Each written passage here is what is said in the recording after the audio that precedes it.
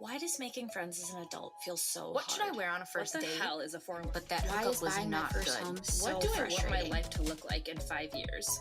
We want to know too. Since 2012, The Everygirl has been an online destination to help women around the world achieve the life of their dreams. Now, we're excited to bring you the same inspiring content with the Everygirl podcast. Welcome back to the show and happy Thursday. I'm currently battling jet lag and my will to live. I just got back from Africa. I went to Zimbabwe and South Africa. I went on safari. It was the coolest experience of my life. Like, I truly am a new woman. It changed me. I am a nature girl now. I am one with the planet. I knew that seeing all the animals like the elephants, giraffes, the lions would be so cool, but I did not expect to learn as much as I did about the animals. And honestly, that was the coolest part to me. I feel like I have such a different perspective on so many things.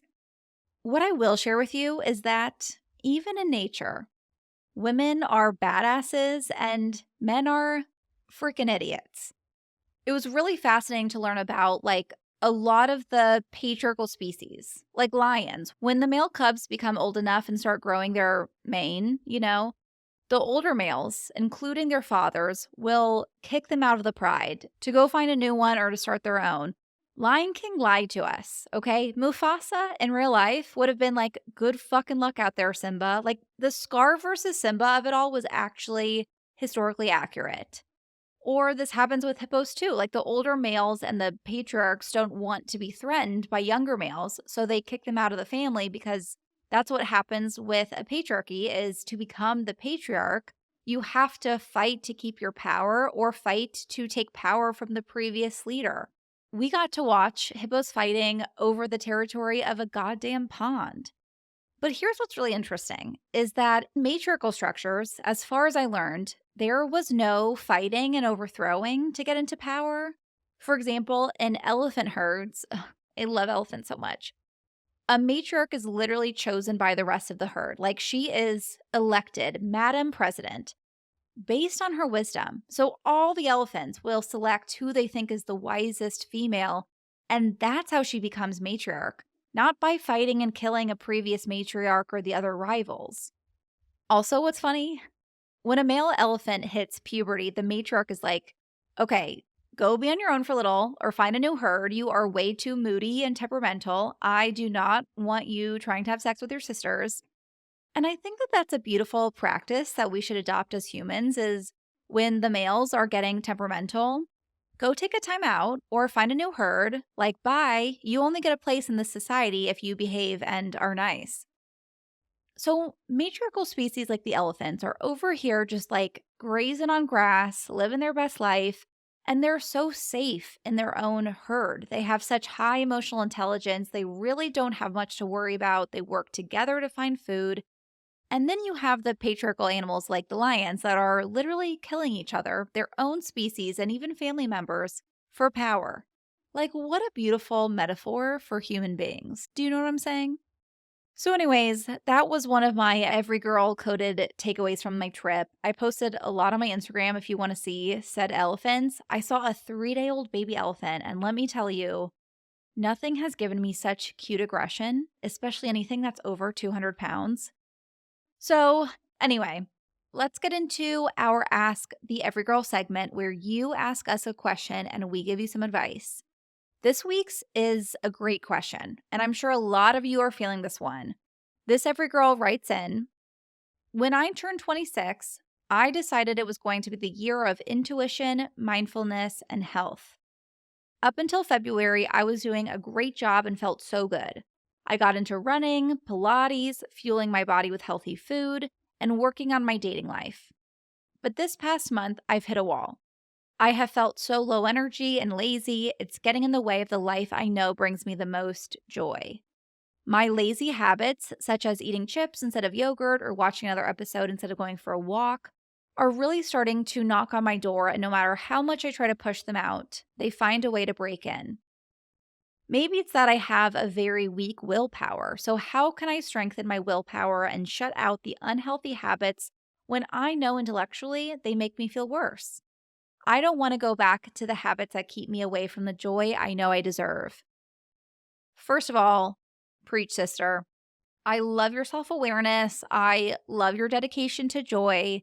I have so much to say in response to this question. And the first thing is that we are cyclical beings.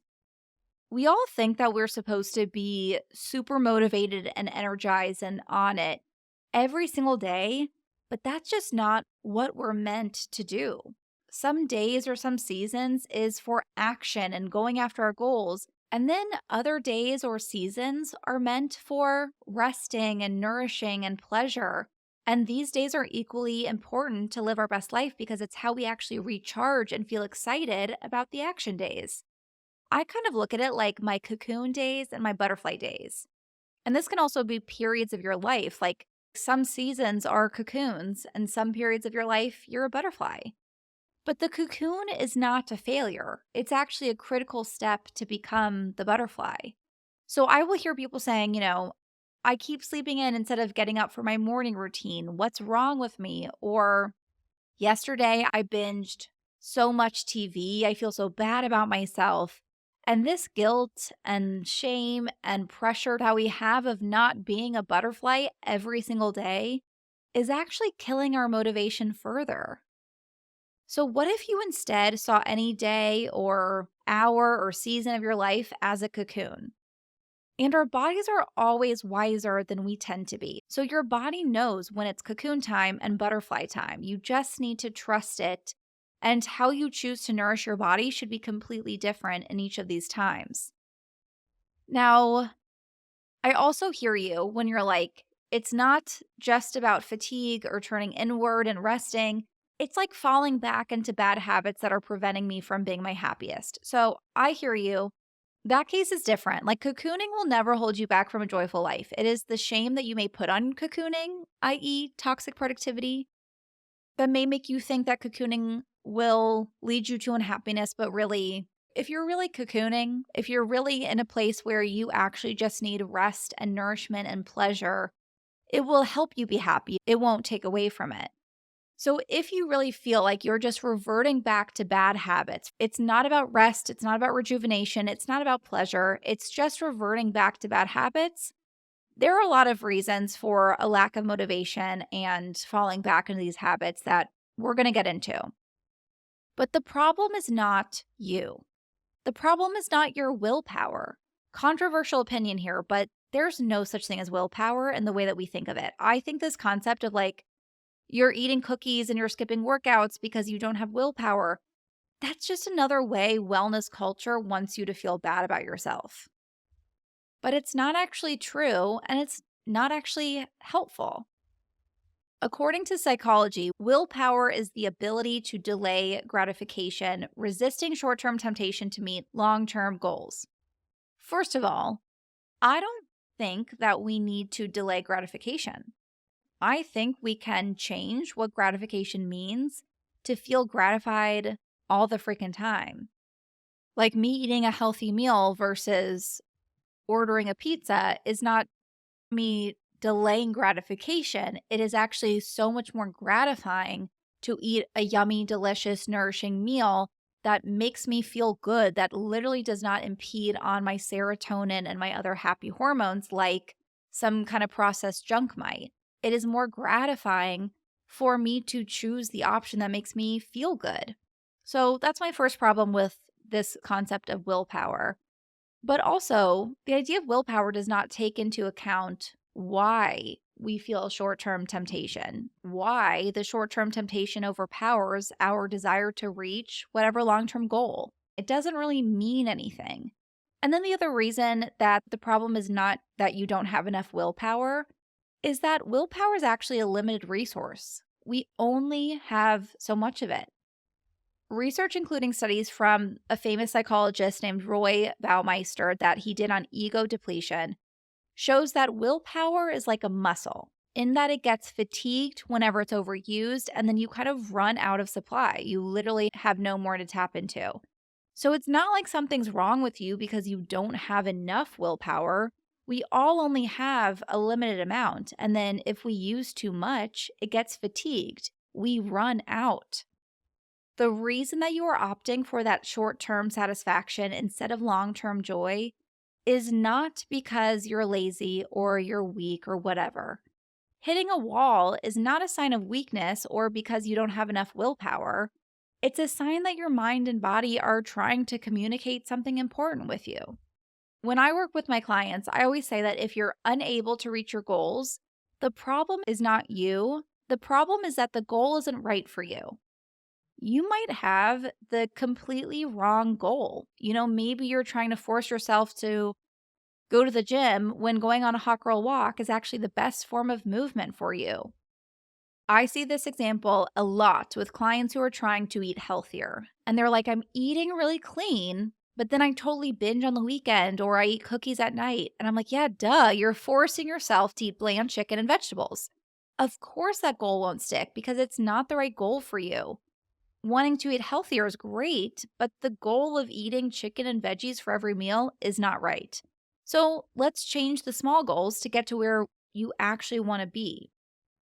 So often we get mad at ourselves for not being motivated without asking ourselves, why is what we're trying to do not motivating enough?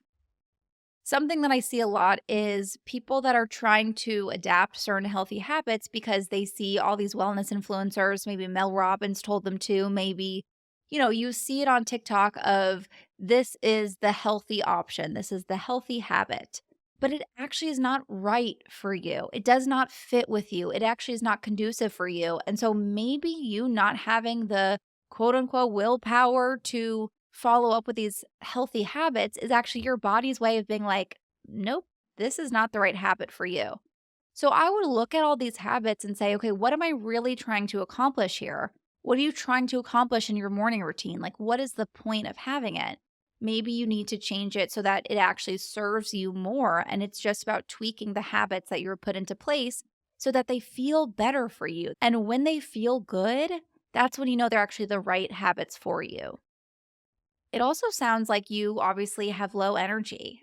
If you're low in energy, you don't have the capacity to prioritize long-term goals over short-term satisfaction because your prefrontal cortex suffers when you're tired, when you have low energy. And this is the part of the brain that is known as the discipline center. It's responsible for goal setting, for choosing actions for long-term satisfaction. And there might be a lot of reasons that you are having low energy. Are you getting enough sleep? Studies using MRI scans show that when people are fatigued or they're sleep deprived, activity in the prefrontal cortex dramatically decreases. Are there other factors in your life that may be draining you, like work or toxic friendships? Are you getting sunlight in the mornings and limiting light at night so your circadian rhythm is working optimally? I often find with low energy, this is going to be my biggest tip for you, the more we laugh and the more fun we have, the more energy we have. Personally, if I ever feel low energy, I think to myself, yes, this is because I haven't done enough today that is fun. Like there is this life energy inside of you, this excitement that wants to do things, that wants to treat your body well, that is excited to get up in the morning, excited to go for a walk, excited to nourish your body. And if that life energy is being drained because you're not having fun, you're not laughing, you're not playing, you're not joyful, then of course you're not going to have that life energy flow from within you. Like there's not enough that you're doing that sets your soul on fire. Of course you're not going to have that motivation and excitement. The last potential cause that I would look into is that you might be lacking this motivation because you have a joy deficiency. So for anyone listening, if you find yourself scrolling on your phone or eating for comfort, I take that as signs that you haven't released enough happy hormones throughout the day. This is actually the most common reason that I see with my clients when we're having a hard time breaking what they call bad habits. And no one is talking about this. I look at serotonin levels in your happy hormones the same way that I look at glucose levels. So just like if you're low on energy, your blood sugar is low, your body will crave the fastest, quickest form of glucose in the form of starchy carbohydrates or sugar because it's a quick, fast source, but not because it's the best long-term form of energy. And it's the same thing with happy hormones, with dopamine. When your body's lacking those happy hormones, it's going to want the quickest, fastest form of a dopamine hit, which is most commonly very delicious food or scrolling on your phone or watching another Netflix show. But just like those starchy carbohydrates, it's the quickest option, not the best option, and can even mess with your happiness, just like starchy carbohydrates can mess with your blood sugar over time. So, do you have a joy deficiency that your brain is trying to make up for it through the short-term dopamine hits? Do you have a joy deficiency so that your brain is kind of like, okay, we need quick fixes of dopamine. We don't need the walk right now. We need the quickest form of dopamine, which is watching another show. I know yogurt might make me feel better in the long term, but having cookies right now is the quickest form of dopamine that I can get because I'm so depleted. I'm so deficient in dopamine. I need the quickest hit. When you have low blood sugar, we also can logically look at if I have a carrot or if I have a hard-boiled egg, these things are going to be much better for my long-term glucose levels, but the blood sugar takes over and it's kind of like, okay, but if we're so low, we need something now. We need that cookie because we need a really quick fix. We don't need the long-term solution. And that might be what your brain is trying to do with dopamine. I know that long-term, there's some better options here, but I'm deficient. So I need the quickest form of dopamine now. So I would look at if you potentially have what I call a joy deficiency. That's a bunch of reasons that come to mind. Here's what I would do if I were you.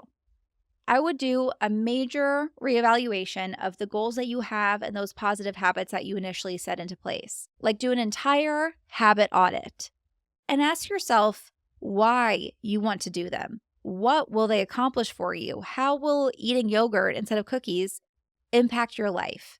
Why will going on a walk make a difference for you?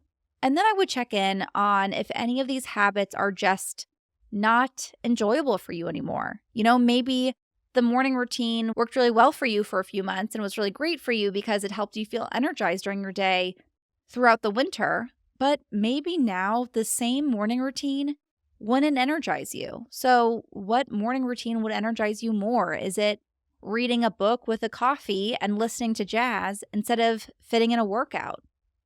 So reassess all of these habits. Make sure that they're actually working toward the real goals that you want to set, and then shift the habits that you want to implement so that maybe they do feel more motivating for you or they feel more enjoyable, because even the things that we're doing for our long-term joy instead of our short-term pleasure should still feel good. I would also make sure to always have a plan B. You are likely struggling because you're looking at it like it's either cookies or it's yogurt. It's either another Netflix show or it's going for a walk. If your plan A does not work out, as often happens, you don't want to abandon your goals completely. So come up with a plan B. Like, I don't blame you if you're on your couch enjoying a show that's really good. I don't blame you for wanting to watch another episode instead of turning it off to go for a walk. So if you know that you're going to keep watching a show instead of doing the workout that you had planned, maybe the plan B is to sit on the ground and stretch while you watch. Do a body weight arm workout, or you pull out your under the desk treadmill and you keep walking while you're watching. If you want to eat chips and the yogurt does not sound appealing at all, what is a healthier plan B that would feel good for you and be really delicious, but still be a little bit healthier than chips? Like maybe having some string cheese, or maybe adding chocolate chips to the yogurt feels a little bit more fun. So that's more exciting to you than just plain yogurt. I don't know what your specific examples may be, but always, always, always have a plan B when you set any goal or habit. A common example of this is when it comes to a morning workout. Let's say you make a plan to get up in the morning and go to Pilates. You set your alarm. You're like, this is the habit that I want to implement, is going to Pilates in the mornings. Okay, but what happens when you sleep through your alarm? Or maybe one day you wake up just like so tired and exhausted and you don't want to go. So then you skip the workout. Most of us look at it like it's either the morning Pilates or it's nothing. If we skip the morning Pilates, no workouts for the day. And that's where we get into trouble because, of course, it's impossible to keep up with one way of doing things. We're not allowing for our humanness. We're not allowing for changes in schedule or changes in the way that we feel. So if you skip your morning Pilates, what is plan B? Are you going to go for a walk on your lunch break? Okay, if it's raining during your lunch, are you going to do a YouTube video workout once you get home? Always have a plan B, and honestly, maybe a plan C, a plan D, have all the plans just for good measure. You also have to set yourself up for success. Right now, you're likely choosing what you call bad habits because it's easier, and the quote unquote good habits that you want to adopt are harder. So make the healthier habit the easy option.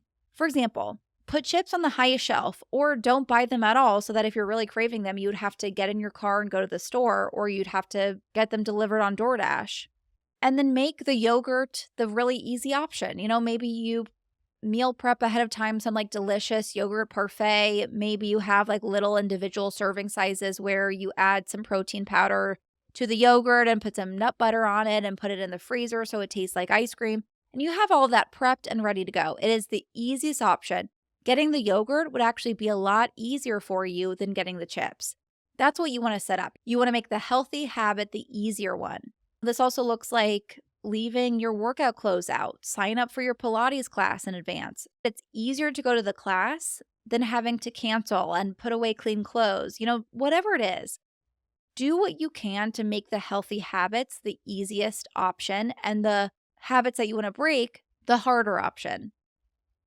And then my last little homework assignment for you is to start noticing the difference between long-term joy and short-term satisfaction.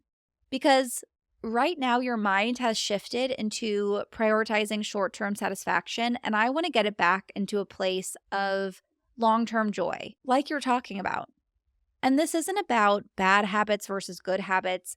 I actually want you to shift out of that mind frame, and I don't want to villainify any habit because it's about what you get out of the time spent on any activity, not about the activity itself. So I would actually not look at it like good habits versus bad habits, but more of how you want to feel in your life on a day-to-day basis.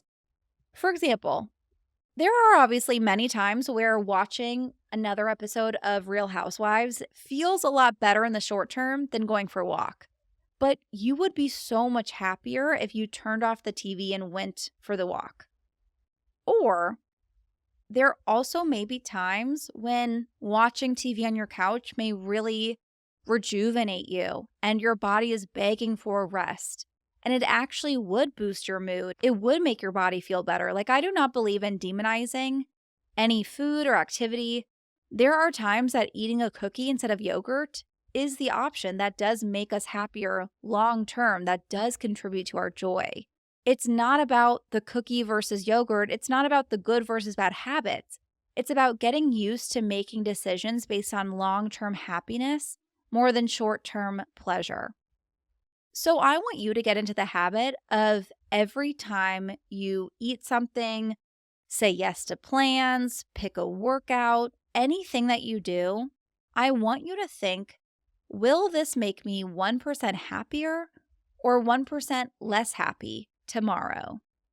That is going to shift you back into the mindset of connecting with your future self, your long-term joy, instead of always being very rooted into the short term like you're talking about. So just asking yourself that question, how will I feel tomorrow? Which direction is this one little habit going to get me? That's what you want to focus on to reframe and bring yourself back to making decisions based on that long-term joy that you're working toward. Thank you so much to This Everygirl for this amazing question. And thank you everyone else for listening, for being here with me week after week. I really hope this episode brought you some value. Let me know in the comments or reviews what has worked for you when you were lacking motivation or trying to get back to healthy habits. Have a wonderful weekend, and I will see you on Tuesday. I hope you enjoyed the episode. I know I sure did. please do not forget to rate, review, and subscribe. It really makes a huge difference for our show so we can keep growing and bringing the content that you love. If you want more info, you can find us at The Everygirl Podcast on Instagram or theeverygirlpodcast.com. Talk to you next week.